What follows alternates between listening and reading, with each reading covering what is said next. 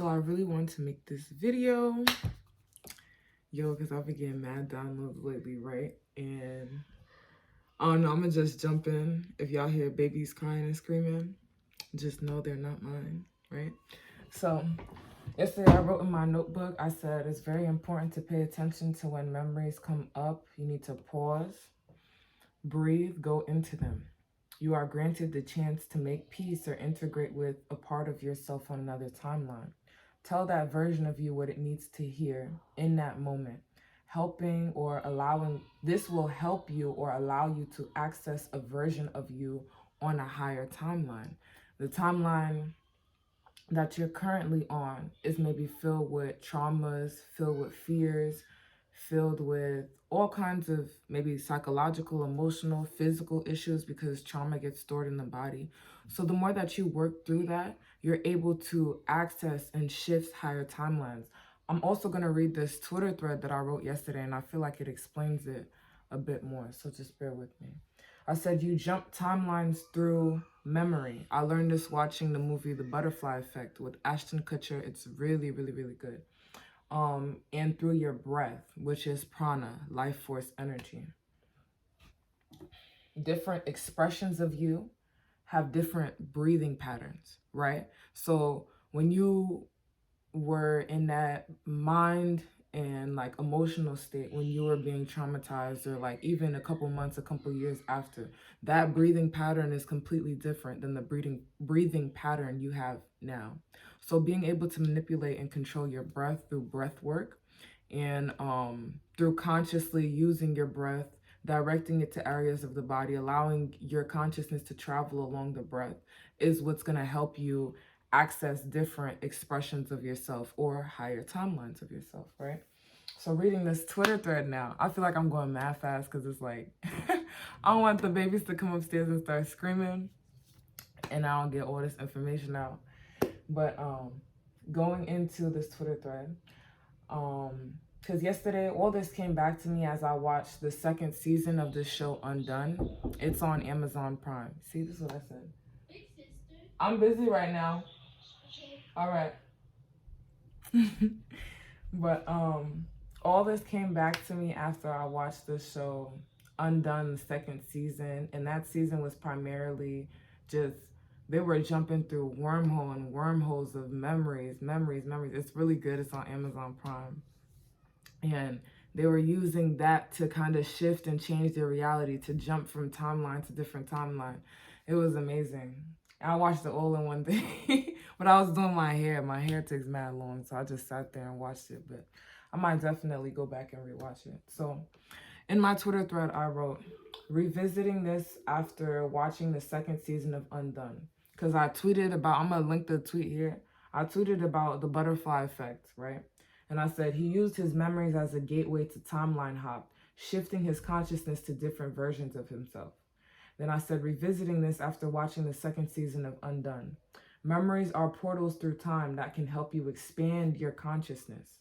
Nothing is by random chance or occurrence. If a memory is popping up, it wants to be integrated to help you in the now. Integrating other aspects of your consciousness, like in the movie Everything Everywhere All at Once. You guys definitely have to go see that. They kept telling her she had something to do, some like big fight that she had to do. And while it was going on, how she was able to fight and get through, it seemed like different levels, but it wasn't structured like that. But how she was able to fight and get through and do whatever she needed to do, she would access parts of her consciousness on other timelines. So this is what people know as past lives, right? Integrating other aspects of your consciousness, like in the movie Everything Everywhere All at Once, is simply you reliving a memory mentally, right? Because this third dimension is so cool. And I feel like we all love movies and TV shows for this reason, because they portray what's going on, what takes place in our mind when we revisit memories, when we timeline hop, when we expand our consciousness. The movies are just showing us what we're doing. Although we may see physical changes in our reality, I feel like we see them more so through dreams. Like we see the changes kind of faster or whatever through dreams. And I don't know, it's just hard to explain, y'all, but it's simply you reliving a memory mentally, right? and allowing whatever associated feelings to pass through. So you could be sitting in your room, some bad traumatic memory comes up, and you decide, you know what, today I'm going to deal with this thing. And you take yourself back there mentally. You breathe, you visualize yourself giving a hug to a younger version of you, or telling that version of you when you were 13 years old, whatever age, what they need to hear. You're breathing consciously while you do this. You're using your mind, closing your eyes, really visualizing and tapping into that past timeline or whatever, and making peace with it, allowing whatever feelings to come up. You might cry, you might laugh, you might scream, but all that energy just needs to move through you. Basically, this is shadow work in short order. Our subconscious mind protects us or blocks specific memories from our conscious awareness because of how painful or dysregulating to the nervous system they were or they are. So as different memories come up, I'm going to definitely link the Twitter thread so you can see what I wrote and how I wrote it without all this extra commentary that I'm adding. But a memory comes up, you decide you want to face it, you want to integrate it, you allow yourself to feel it, right? This is shadow work. Your subconscious mind will protect you from certain memories. So when they come up randomly, right, out of nowhere, that's your subconscious mind saying, yo, let's get this out the way, let's deal with it. We just continue to repress it and kind of shove it down. But reliving these memories and allowing the emotions to flow through us instead of getting stuck in our bodies, in our fascia, in our muscles, in our tissue, in our minds, in our emotions, right? Reliving these memories and allowing the emotions to flow through us instead of getting stuck is what allows us to shift our reality or hop towards higher timelines, right? The more memories you access and integrate, the more timelines you access, the more expressions of your consciousness you access. And this is you tapping into past lives. You can do past life regressions by just looking up video guided meditation past life regressions on YouTube. That's how I did my first one. And you know it's real because of the feelings associated with it. I cried. I made peace with that past version of myself. I talked to her and I integrated that part of my consciousness, because a lot of the traumas that we have are not just from this waking timeline, and those are things that are holding us back as well. And if it's not something within our past lives, it could be something genetic, something that our parents went through that they never worked through. And it's not really for us to get them to work through it or work through it with them or whatever, especially if they're not ready for it. It's just for us to recognize, to feel it, and to make sense and make peace of what it means for us, right? And so I related this to the water elements, the water signs, the water houses, if you're into astrology. They're all about memories. The 4th house being familial or early childhood memories.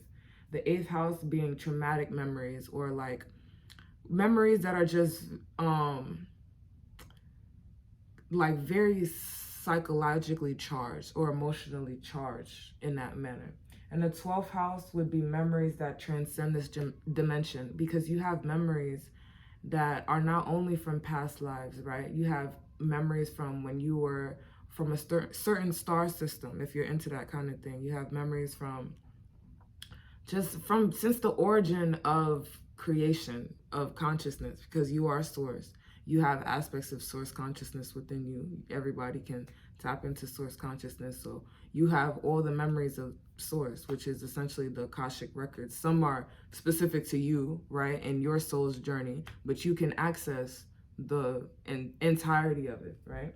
Water holds memory. So this is why the water elements, the water houses, we're in sidereal Cancer season.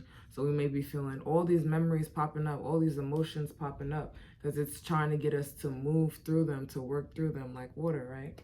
And this made me think of fascia, the lymph nodes, and blood being genetic memory, or tears. I feel like oftentimes when we cry and when we really don't know why, or even when we're crying and we know why, we're processing emotions, we're releasing stuck memories, right? We're releasing whatever code is in our tears, releasing whatever code is within our fascia when we work with our connective tissue by stretching.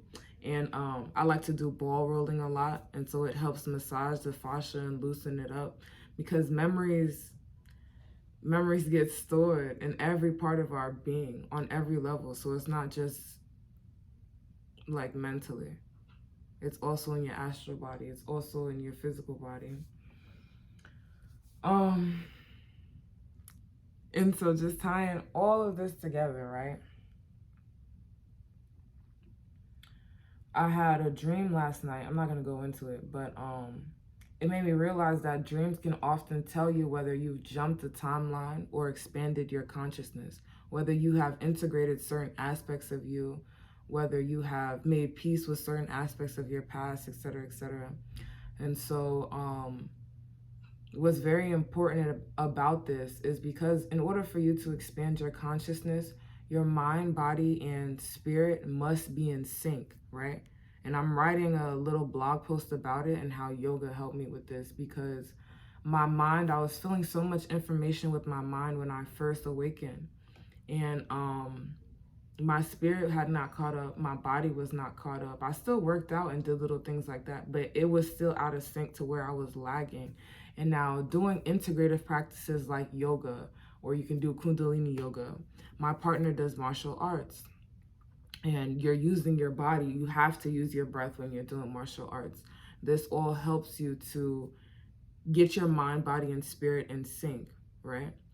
And so I said, dreams can often tell you whether you've jumped a timeline or elevated your consciousness, or basically expand your consciousness. I don't like to think of elevate, but expanding meaning that I'm pulling from all these different timelines, all these different aspects of myself, all these different aspects of source consciousness. I'm integrating them into my being, who I am right now, this waking timeline, right? This expression of myself. My dream, basically, I've had more dreams like this, and my partner has as well. We've had dreams where we were doing some past habit, or some past habit presented itself to us. Maybe it was something with an old friend, an old food that we don't eat no more, whatever came up, right? And there's a certain point in your like where you're dreaming, but you just think you're asleep, and then you become conscious of the fact that you're dreaming, right? Or my awareness simply, let me see how I wrote it.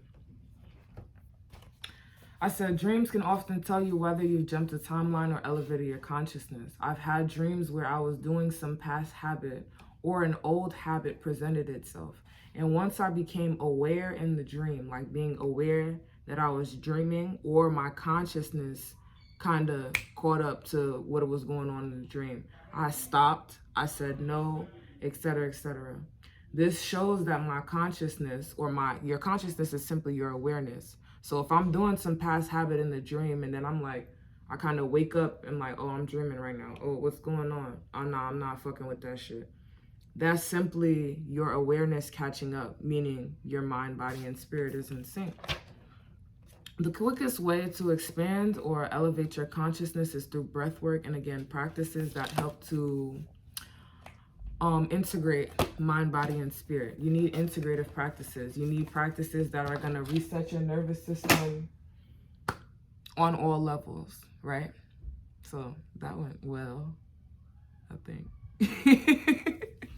But yeah, I just thought it was so interesting. I was just really getting into these downloads, thinking about memory, thinking about how important it is for tapping into these other aspects of ourselves. I'm gonna link, I said Undone, the show Undone, the Butterfly Effect, the movie, and the movie Everything Everywhere All at Once. I'm gonna link everything here. I'll leave my email, I'll leave my Twitter, ask me questions or whatever. I feel like this is pretty easy, straightforward. So thank you for showing up, right? If you're watching this. Peace.